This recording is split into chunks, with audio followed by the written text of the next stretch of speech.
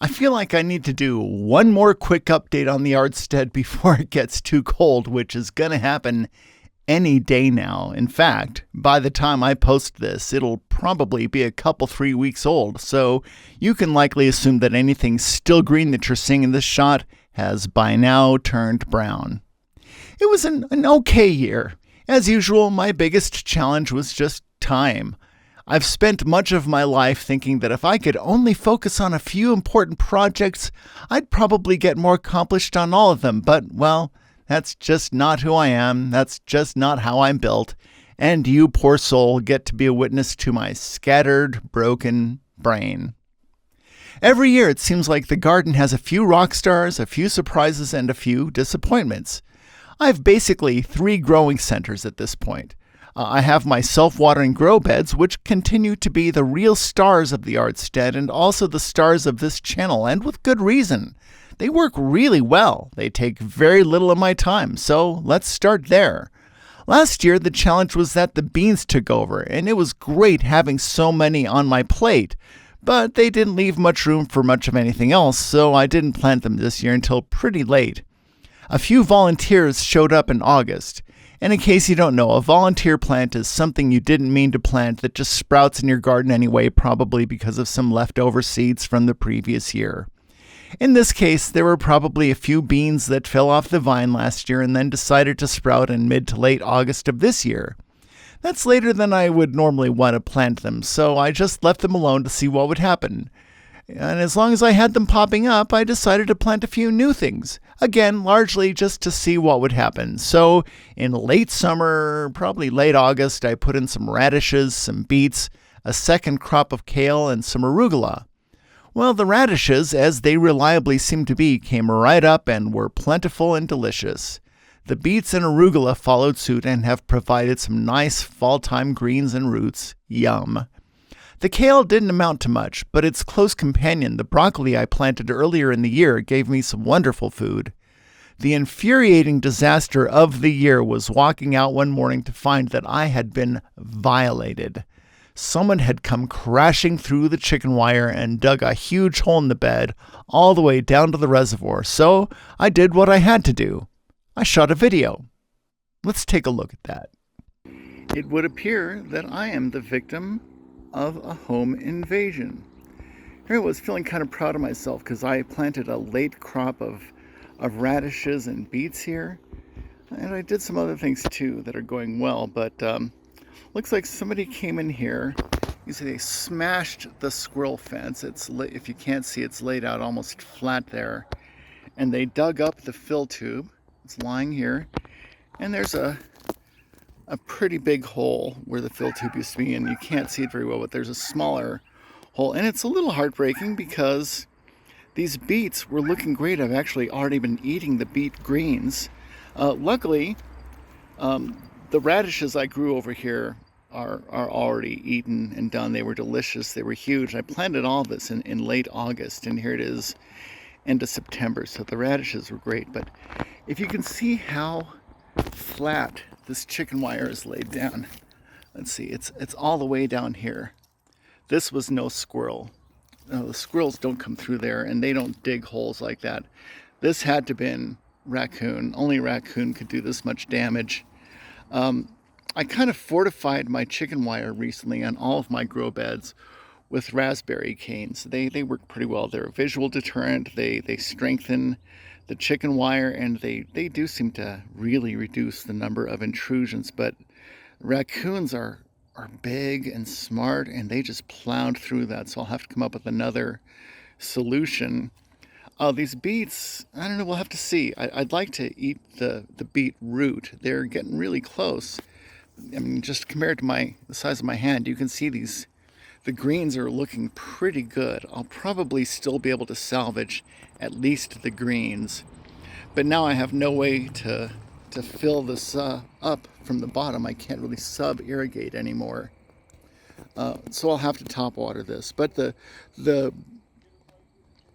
good side of this, the silver lining of this, is that next spring I'll probably dismantle this whole bed to repair it, and at that time I will be able to film that for you and give you a really good in-depth video on how these things are put together and how well they work.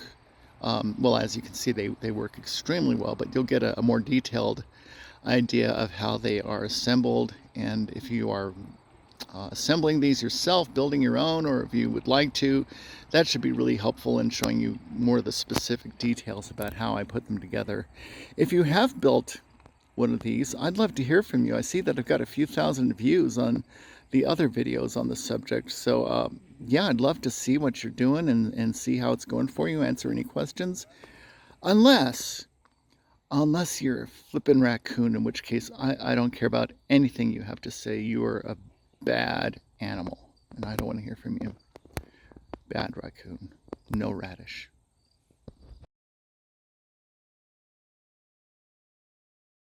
So a few days later, I've bolstered this up by adding more raspberry canes. I love using raspberry canes as gardening poles and sticks. They're pretty rigid. They last 1, sometimes even 2 years, depending on how thick they are.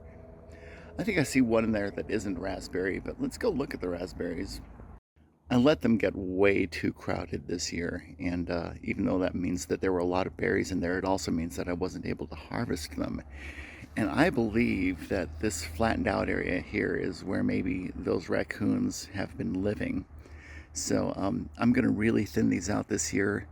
I have the type that they produce berries in their second year and then they die back. And when I'm really being diligent, I actually mark the ones that have berries on them and I know to cut those back. This year I was a little bit lazy, so I'm going to really cut them back. But the sticks from these are great gardening poles. They're really straight and they're pretty durable, but I do have to let them kind of season, I'll call it. They have to sit for years so that the spines come off. One thing to note about raspberries, and also roses by the way, is that the thorns can carry little pathogens in them. And in fact, I one time got sloppy and didn't wear gloves while I was trimming these back, and I got a little thorn in my finger. I didn't think it was a big deal, but then the thing got infected and my finger swelled up to the size of a breakfast sausage. It was pretty bad. So yeah, be careful with that. Make sure to wear gloves when you're handling raspberries and roses. That was no squirrel. A squirrel could never do this kind of damage, so this one had to have been a raccoon. It bashed right through, flattened the chicken wire, and dug a hole all the way down to the reservoir while ignoring the beets, so I have to assume they were after the water, which makes no sense since I live just a few feet from an actual irrigation ditch. F***ing raccoons. Still, I can't complain too much. Most of the beets survived, and they've been delicious. I've been putting the kale in my morning smoothies. My early season lettuce was more than I could eat, which has also been the case with the arugula.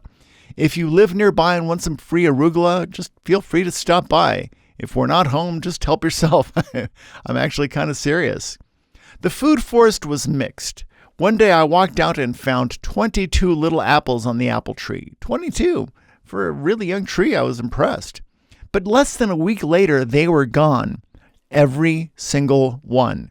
As mentioned in a previous video, it's confirmed squirrels are assholes. Squirrels and raccoons. And so are mice, by the way. One day I looked in the greenhouse and found my basil plant making spectacular foliage. Basil is one of those plants, by the way, that the more you pick, the more it produces, so things were looking great. And then one day I walked out only to find that mice had somehow managed to poop on every single leaf of every single plant.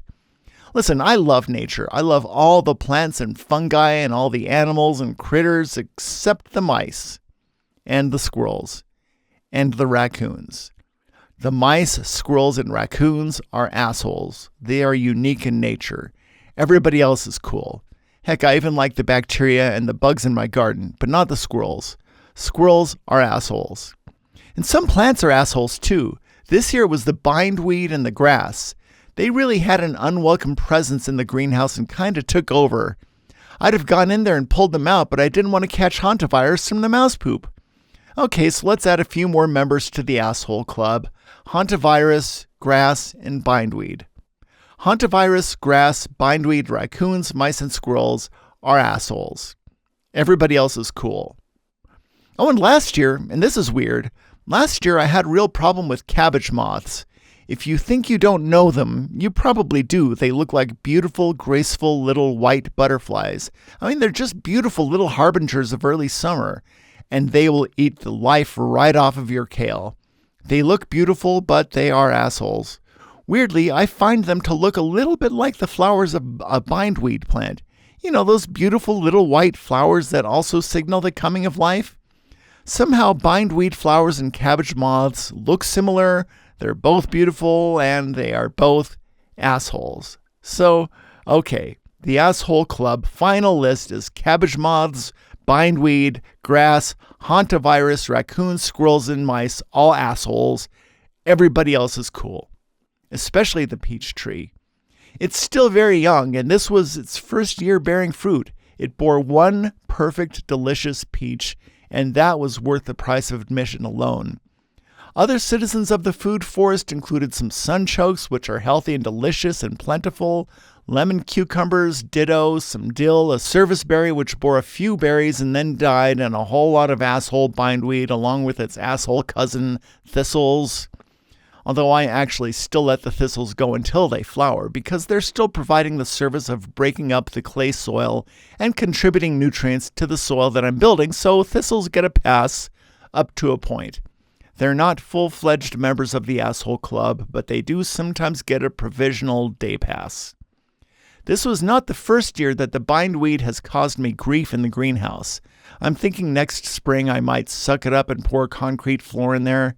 I don't love concrete, but my time is kind of limited, so if a little concrete allows me to be a better steward, then I'll have to make the compromise. I can live with it. So that mostly sums it up for the Yard-Stead 2024. There's a chance that I'll put in a couple of new fruit trees and maybe expand the microforest a bit, but other than that, you can expect me to rebuild the one grow bed and possibly pour concrete in the greenhouse. But until then, this will probably be my last video in this playlist for a few months. In the meantime, thanks so much for watching. Hope to see you next time. Ciao.